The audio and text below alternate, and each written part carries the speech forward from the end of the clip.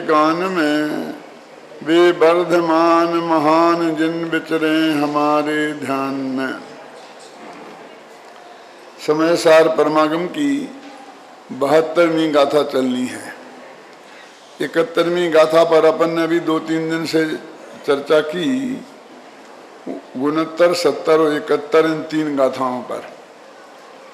71वीं गाथा में ये कहा था कि यह आत्मा और आश्रमों का के बीच में ये भेद जान लेगा तो वो आश्रमों से निवृत्त हो जाएगा। और उसके निष्कर्ष में अंतिम पंक्ति थी कि इससे यह सिद्ध हुआ कि ज्ञान मात्र से बंध का निरोध होता है। और इसके स्पष्टीकरण में अपन ने ये बात कही थी कि ज्ञान मात्र में श्रद्धा भी शामिल है और अनंतानुबंधी के कसाय के अभाव में जो चारित्र गुण में निर्मलता आई है, ऐसा चारित्र का अंश भी शामिल है। हम भले अकेले ज्ञान मात्र कह रहे हैं, लेकिन उसमें इतनी चीज शामिल है। क्यों शामिल है? क्योंकि इन तीनों की उत्पत्ति एक साथ ही होती है। तो हम चाहे 1 कहें चाहे 3 कहें, उनमें कोई फर्क नहीं पड़ता है। उन 3 की प्राप्ति के लिए 3 प्रकार का अलग अलग कोई पुरुषार्थ नहीं करना पड़ता है। जो एक प्रक्रिया और एक विधि होती है वो एक ही है और वो अन्य नहीं है। ये बात समझ लो आप। वो बात ऐसी है कि one by one get free. तुम भगवान आत्मा को आश्रमों से भिन्न जानो अनुभूति पूर्वक, तो वो श्रद्धा उसके साथ में ही प्रकट हो जाएगी और अनंतानुबंधी कसाय का अभाव रूप निर्मलता भी साथ में प्रकट हो जाएगी। इसलिए उसे ज्ञान मात्र भी कहते हैं और सम्यक दर्शन ज्ञान चारित्र भी कहते हैं। मैंने दोनों प्रकार का कथन आता है, उसमें कोई घबराने की बात नहीं है। ऐसा ही हर मामले में जैन दर्शन में जो अनेकांत है उसे हम बहुत गहराई से समझते नहीं हैं। क्या नहीं समझते हैं कि अपने शास्त्रों में ये बहुत उपदेश भी है। टोडरमल जी ने लिखा देखो तत्व विचार की महिमा, लिखी कि नहीं लिखी? और उस तत्व विचार में वाचना, प्रेक्षणा, अनुप्रेक्षा, आमनाय और धर्मोपदेश सब आ जाता है ना, पूरा स्वाध्याय आ जाता है ना। धर्म ध्यान के भेदों में आज्ञा विचय, उपाय विचय, विपाक विचय, संस्थान विचय, क्या रह गया बाकी चारों अनुयोग में? बोलो।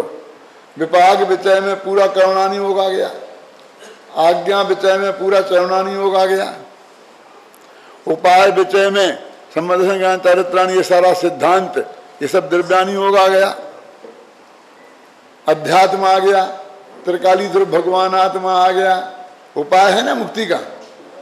और संस्थान विषय में पूरा भूगोल आ गया, आकार कैसा है लोक का, कहाँ क्या है, ये सारा सब आ गया कि नहीं? बोलो क्या बचा? भाई इसको धर्म ध्यान कहते हैं कि नहीं कहते हैं? ये व्यवहार धर्म ध्यान जिसे कहते हैं। तो ये सारा जो अध्ययन है, स्वाध्याय है, ये सब धर्म ही ध्यान है। क्या हम कहते हैं हमारा जीवन तो धर्म ध्यान में बीता। तो धर्म ध्यान में बीता का मतलब क्या है?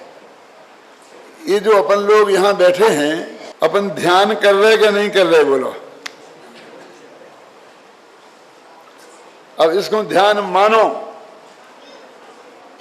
तो ध्यान ऐसा भी ध्यान होता ही है, लेकिन इस ध्यान से सम्यक दर्शन ज्ञान चारित्र की भी प्राप्ति भी नहीं होगी और मोक्ष की भी प्राप्ति नहीं होगी।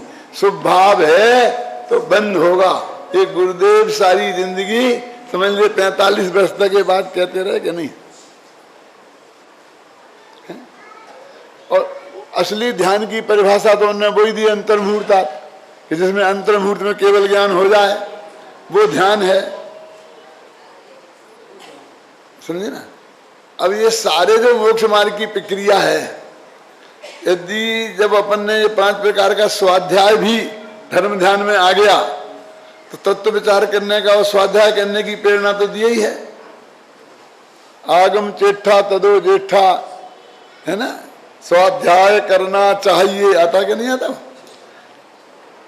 तत्वार्थ जो जानते तत्वार्थ को, जिन शास्त्र से प्रत्यक्ष या जिन शास्त्र से हो मोह क्षय, बस इसलिए स्वाध्याय करना चाहिए।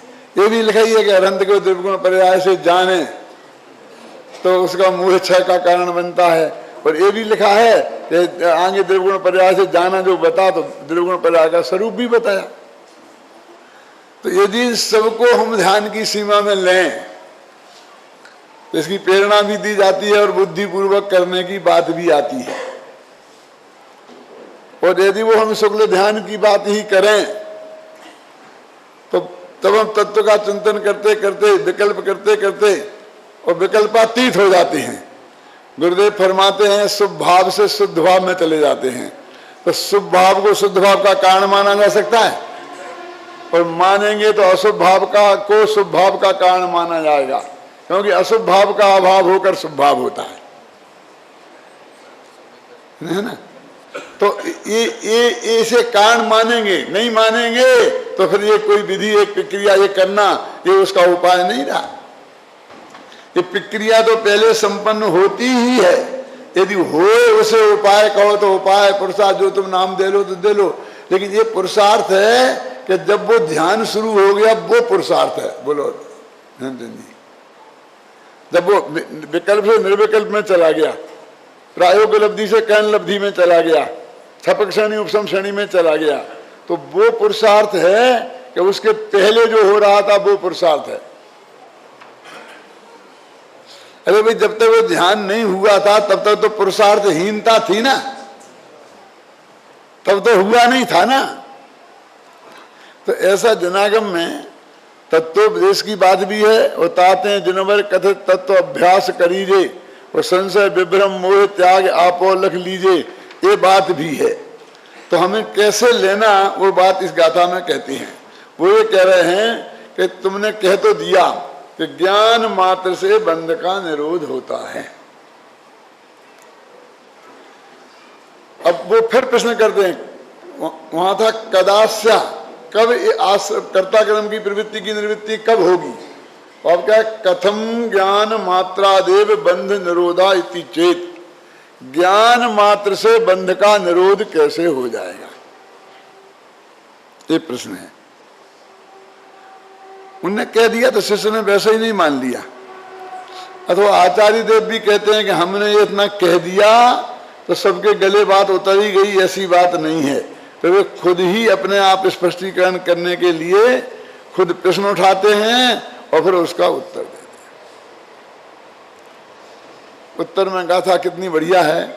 नादूय आशवाणम असुचित्तम च विवरीय भावंच दुःखस्य कारणन्तीय तदो नियत्तम कुणदी जीवो।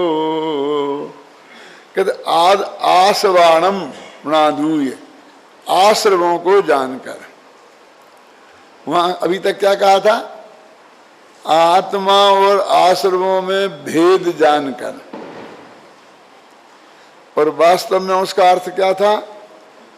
आश्रमों से भिन्न आत्मा को जानकर।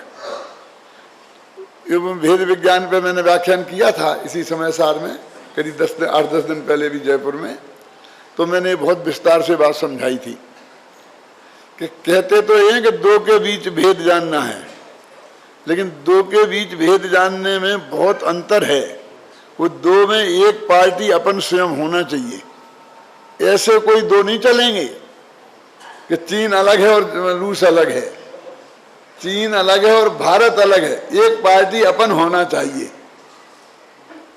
उन दोनों के बीच में हम भेद जाने तो ठीक और नहीं जाने तो ठीक, हमें क्या फर्क पड़ता है? 10 गांव हमने रसिया के चाइना में शामिल कर दे तो क्या फर्क पड़ने वाला है? लेकिन अपने कुछ अंश पर में मिला दिए, वो पर के अंश अपने में मिला दिए तो अनर्थ हो जाएगा। लेकिन हिंदुस्तान और चाइना के बीच की जो सीमा रेखा है वो बिल्कुल क्लियर होनी चाहिए, उसमें जरा भी पोल पट्टी नहीं चलेगी। तो उन दो में एक पार्टी अपन होना चाहिए भेद विज्ञान में, और दूसरी शर्त यह है कि दोनों को जानना तो है, भाषा तो ऐसी है, लेकिन जानना एक सा नहीं है। उसे तो सिर्फ जानना है और इसे जानकर इसमें जमना है, इसमें रमना है। उसे तो छोड़ने के लिए जानना है और इसे अपनाने के लिए जानना है।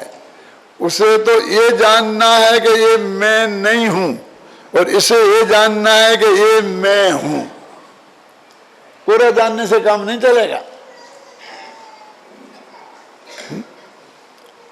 तो अभी यहां का ढुलान क्या है पंकज भाई, कि आश्रव और आत्मा के बीच में भेद जानो और फिर आश्रव को छोड़ दो और आत्मा में जम जाओ। ये ऐसा ढलान है ना। और एक गाथा उल्टा ढलान दे रही है। इनमें आत्मा की बात तो छोड़ दी और कहते हैं आश्रवों को जानकर राधुए आसवाणम, आत्मा की बात छोड़ दी इस गाथा में। अभी करूंगा क्यों छोड़ दी। क्या जानकर, आश्रमों को क्या जानकर कि ये अपवित्र हैं, ये विपरीत भाव वाले हैं, ये दुख के कारण हैं, ऐसा आश्रमों को जानकर।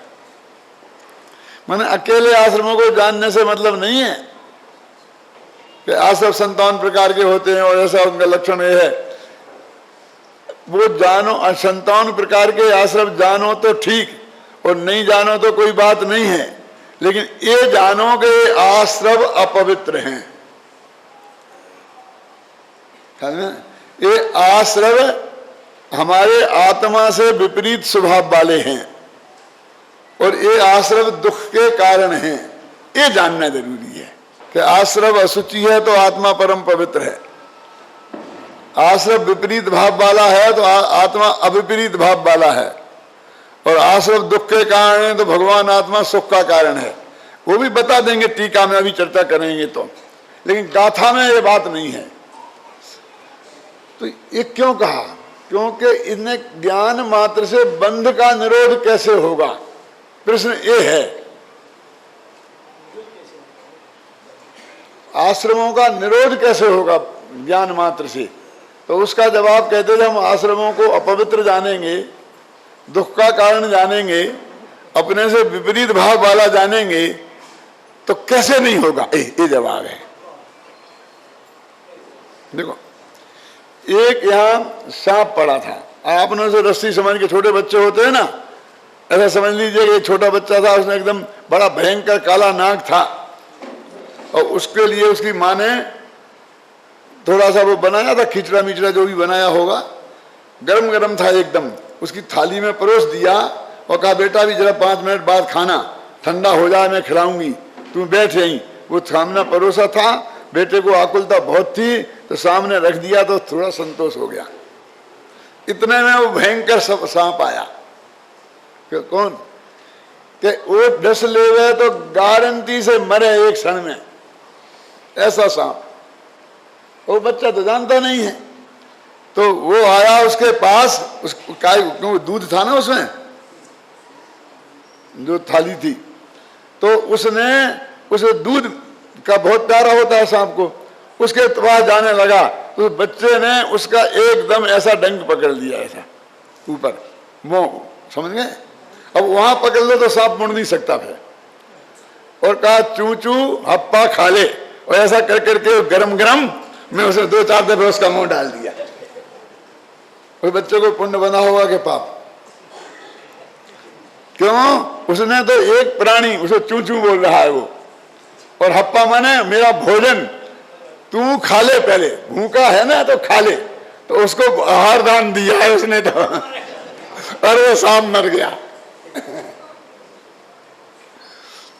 क्या हमारे यहाँ की सही घटना है, हमारे पिताजी सुनाया करते थे कि जब वो ऐसा हुआ, वो सांप वहां मर गया, और वो ऐसा बच्चा चू चू हप्पा खा ले कह रहा था, तो घर से दौड़ के माँ आई और उसने ये देखा तो देख के ही बेहोश होके गिर गई। बेटा को हाथ में पकड़ा सांप को, वो बेहोश हुई अम्मा। क्यों? क्यों हुई? क्योंकि वो जानती थी कि ये सांप कितना खतरनाक है। ये अभी जरा भी इसका हाथ ढीला पड़ गया, उसने छोड़ दिया, वो जिंदा बच गया तो खा जाएगा, खत्म हो जाएगा, ख्याल में है ना। ये सुना के मैं आपको क्या कहना चाहता हूं, ये इसमें लिखा है, इस गाथा का अर्थ है कि जब आश्रमों को अशुचि जानेगा, विपरीत भाव जानेगा, दुख का कारण जानेगा, वो सांप को मृत्यु का कारण जान नहीं ना वो मां, तो एक बच्चा यदि ये जान ले कि ये मुझे काट खाएगा तो मैं मर जाऊंगा, तो उसको पकड़ कब तक एकदम हाथ ढीला पड़ जाएगा कि नहीं। तो वो कहते हैं एक क्षण बाद ढीला पड़ेगा कि तत्काल। तो ज्ञान मात्र से बंध का निरोध कैसे होता है ये सिद्ध करना है। क्या आपने रस्सी समझ के सांप को पकड़ लिया, उठा लिया, क्यों जी, और आपको ये पता चले कि ये मैंने सांप मेरे हाथ में है और ये बहुत जहरीला है, तो जो पता चलते ही उसी समय आपका हाथ ढीला पड़ेगा कि नहीं पड़ेगा। बहुत उदाहरण शास्त्रों में दिए हैं। वो विशाखा स्तोत्र है ना, उसमें लिखा है बादीप सिंह सूरी ने, जो कबीर ने बनाया ना स्तोत्र, कि एक जो मोर है ना, मोर एक टंकार मारे तो चंदन से लिपटे हुए जो भयंकर सांप हैं जहरीले, उनकी नस नस ढीली हो जाती है। उसकी टंकार सुनने से उनकी नस नस ढीली हो जाती है। जैसे भगवान आत्मा एक टंकार मारे तो एक कर्मों की नस नस ढीली हो जाती है। तो ये बता रहे, देखो फिर उपदेश देना पड़ता है, बेटा छोड़ दे, ऐसा कहना पड़ता है, उसको ये पता लग जाए, सचमुच ये ज्ञान हो जाए कि ये आश्रम नाग हैं, ये अनंत दुख के कारण हैं। दुख किससे चाहिए? दुख से कौन नहीं छूटना चाहता है? क्यों? ये कालकूट जहर है, ये पता चल जाए और वो न छोड़े, ऐसा संभव ही नहीं है। आचार्य ने तो आगे क्या किया, मैं भी थोड़ा बता देता हूं, सब टीका पढ़ के भी बता दूंगा बाद में, कि वो कहता है हम तो नहीं मानते ज्ञान मात्र से। ज्ञान मात्र से कैसे हो? ज्ञान होने पर जब छोड़ेगा तब होगा। शिष्य का प्रश्न ये है, क्योंकि उसे क्रिया से मोक्ष बताना है। ज्ञान क्रियाभ्याम मोक्ष है ना। कोरी बातें करने से क्या होगा, समझे ना। कि ज्ञान को तो कोरी बातें करना कहता है आज का जगत। ये वही गाथा है ना, ज्ञान नय और क्रिया नय की। ये ज्ञान नय और क्रिया नय के निषेध की गाथा है। वो तो सुबह तक हो पाएगी स्पष्ट, ख्याल में। शिष्य के दिमाग में क्या है कि भैया बस अकेले जानने से काम हो जाएगा, करना कुछ नहीं पड़ेगा। तुमने जाना हो कि भोजन से खाऊंगा तो भूख मिट जाएगी, तो भूख का जो दुख है दूर हो जाएगा, कि खाना पड़ेगा। ये खाना पड़ेगा माने क्रिया, समझ गए ना। माने क्रिया हो गए जड़ की और ज्ञान हो गए आत्मा में, और जड़ की क्रिया और आत्मा का ज्ञान, ये दोनों मिलकर मोक्ष होता है, ऐसा अज्ञानी मानता है। ज्ञान क्रियाभ्याम मोक्षा, ऐसा वो कहता है ना। इसी के लिए राजवार्तिक में वो उदाहरण दिया था जो मैंने कल दिया था। इसी प्रकरण में है उदाहरण, देख लिया।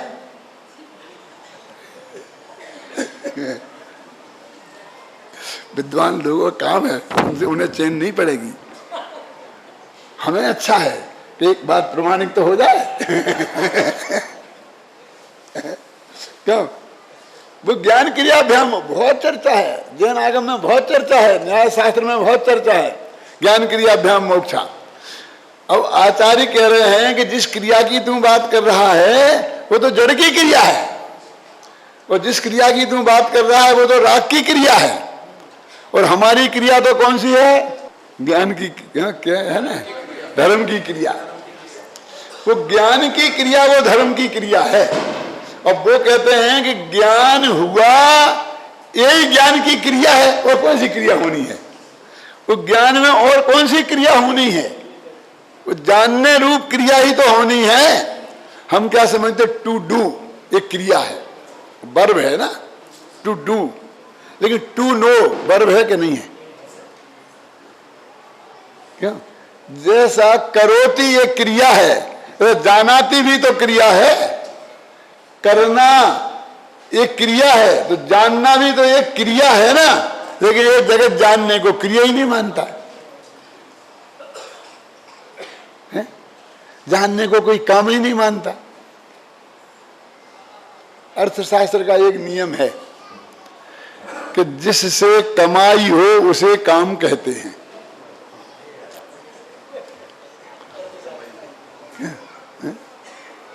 समझे ना? अर्थ, दो भाई हैं, एक भाई 2 लाख रुपए महीना कमाता है, बहुत बड़ा ऑफिसर है, टेबल कुर्सी पे से हिलता नहीं है, प्यास भी लगी हो तो ऐसा उठ के ऊपर को देखे तो लोग आकर हल्का गिलास पानी हाथ में थमा देते हैं। क्यों? वो कुछ नहीं करता है। और दूसरा भाई है, वो बिल्कुल खाली है, बिना पढ़ा लिखा है, तो सुबह से लेके घर का काम, बर्तन मलने से लेकर क्यों बाजार से सब्जी लाना, ये लाना, दौड़ धूप का सारा काम करता है। ये बिल्कुल एक पोजीशन है, समझे ना? सुबह से लेके शाम तक 1 सेकंड की फुर्सत नहीं, कोई उसे शांति से बैठने ही नहीं देता। और जब घर वाले पूछते हैं कि बड़े भैया क्या है, अरे बे तो बहुत बड़े, बहुत बहुत उनको काम, उन्हें 1 सेकंड की फुर्सत नहीं है। और छोटे, अरे निकम्मा है, कुछ करता ही नहीं। बोलते कि नहीं बोलते? बोलिए। और यहाँ मेहमान आ जाए, जा पानी लेके आ, चाय लेके आ, ये दौड़ा के उसे ये करे। और बड़ा भाई उठ के, नहीं आप बैठो भाई साहब, भाई साहब आप क्यों परेशान, आप बैठा जाओ। बाप भी बोलता है अपने बेटे से, भैया तुम बैठो बैठो बैठो। वो कमाने वाला होता है। क्यों? क्योंकि अर्थशास्त्र के हिसाब से जिसमें पैसा आए उसे काम बोलते हैं, और जिसमें पैसा नहीं आए उसे काम नहीं बोलते हैं। जैसे नियम, ऐसे धर्मशास्त्र में, धर्मशास्त्र का भी अपना अलग होगा ना, कि जानना भी क्रिया है, और आत्मा को जानना तो सर्वोत्कृष्ट क्रिया है। समझे ना? आत्मा की असली क्रिया तो जानना ही है। आत्मा ज्ञानम स्वयं ज्ञानम ज्ञानाद अन्यत करोति किम परभावस्य कर्तात्मा मोहोयम व्यवहारिणाम। सोनगढ़ वालों को ये भी समझाना पड़ेगा। जहाँ का तो महामंत्र था, जो क्लास चलती थी तो सबसे पहले मंगलाचरण भी इसी का होता था। आत्मा ज्ञान स्वरूप है, स्वयं ज्ञान स्वरूप है, किसी ज्ञान के संयोग से ज्ञान स्वरूप नहीं है। नैयायिक कैसा मानते हैं, वैसे से कैसा मानते हैं कि ज्ञान अलग है और आत्मा अलग है। एक नाम का समवाय नाम की गोंद है, समवाय नाम का संबंध है, और उससे ज्ञान आत्मा में चैंट गया। समझे ना? ज्ञान दर्शन कहते आत्मा ज्ञानम, स्वयं ज्ञान स्वरूप ही है, ज्ञान ही है। आत्मा ज्ञानम इसमें ही आ गया। आत्मा में ज्ञान है नहीं, आत्मा का ज्ञान है नहीं। आत्मा ज्ञानम आत्मानुभूति शुद्ध न आत्मिकाया ज्ञानानुभूति शुद्ध न आत्मिकाया। जो शुद्ध न आत्मक ज्ञानानुभूति है वो ही आत्मानुभूति है। ज्ञान माने आत्मा। आत्मा ज्ञानम स्वयं ज्ञानम, स्वयं ही ज्ञान स्वरूप है। और ज्ञानादन्यत करोति किम, ज्ञान के अलावा और क्या करेगा, क्या कर सकता है? जो हम कर नहीं सकते हैं उसे हमने अपनी क्रिया मान रखा है, और उसके बिना मोक्ष नहीं होगा ऐसा हमने मान रखा। बात पक्की है कि नहीं? और गुरुदेव ने सारी जिंदगी इसके विरुद्ध झंडा खड़ा किया कि नहीं किया? बताओ। कि बस अकेली ज्ञान की क्रिया है वही मोक्ष का कारण है ना? वो ज्ञान क्रिया इसमें ही दोनों आ गई, ज्ञान और क्रिया। परिणमन आ गया ना, समझ गया ना, समझ गया ना। लेकिन उन्होंने एक जब क्रिया की बात आई तो 3 भाव किए ना वो राम जी भाई की किताब में, धर्म की क्रिया में। कौन कौन से? एक जड़ की क्रिया, एक राग की क्रिया और एक ज्ञान की क्रिया। अब जरा सुनना, ये मैं उदाहरण उस पर घटित कर रहा हूँ, तो इसलिए तुम उसका गलत अर्थ मत निकालना कि अब पूजा करने अपन बैठे तो इस थाली का माल इस थाली में ट्रांसफर किया ना, तो वो तो हुई जड़ की क्रिया क्या। और उस वक्त जो शुभ परिणाम हुआ वो हुआ राग की क्रिया। अशुभ भी होए कदाचित कि हम माने कि इससे मुझे पुण्य बंधेगा तो रुपया पैसा मिल जाएगा, बाल बच्चे ठीक हो जाएंगे, तो पाप भी बांधे, लेकिन वो हुई राग की क्रिया, दोनों ही, समझे ना। और उसी वक्त आत्मा ने उस जड़ की क्रिया को और राग की क्रिया को जाना, वो हुई ज्ञान की क्रिया, और उसका नाम है धर्म की क्रिया। आत्मा को जाना वो तो धर्म की क्रिया है ही। गुरुदेव की को जाने लो प्रयोजन मान से, पर जान लो इतना ही उसका काम है, उसके आगे कोई काम नहीं, क्योंकि आत्मा का काम इसके आगे है ही नहीं। आत्मा में जानने की क्रिया कर सकता है, चाहे 100 को जाने चाहे पर को जाने। तो वो ये कहते हैं वो भेद करना फिर कि 100 को जानना वो है, पर को जानना क्या है, उसकी बात अभी व्याख्या में उसमें नहीं उलझना चाहता हूं, वो खुद अपने आप में एक लंबा विषय है।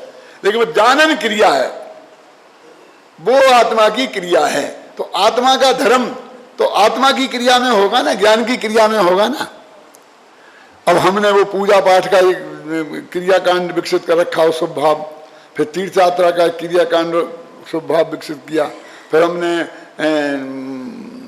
और जितने सब दान देने का, समझ लो मंदिर बनवाने का, जितना जितना टाइप के शुभ भाव को धर्म इस जगत में माना जाता है, वो सब शुभ भाव और वो सब शुभ क्रियाएं ले लेना। इसमें बिल्कुल नक्की है कि नहीं? इसमें कोई गुरुदेव की ने जो बात कही इसमें किसी को शंका है? एक मुमुक्षु को भी रंच मात्र शंका नहीं है।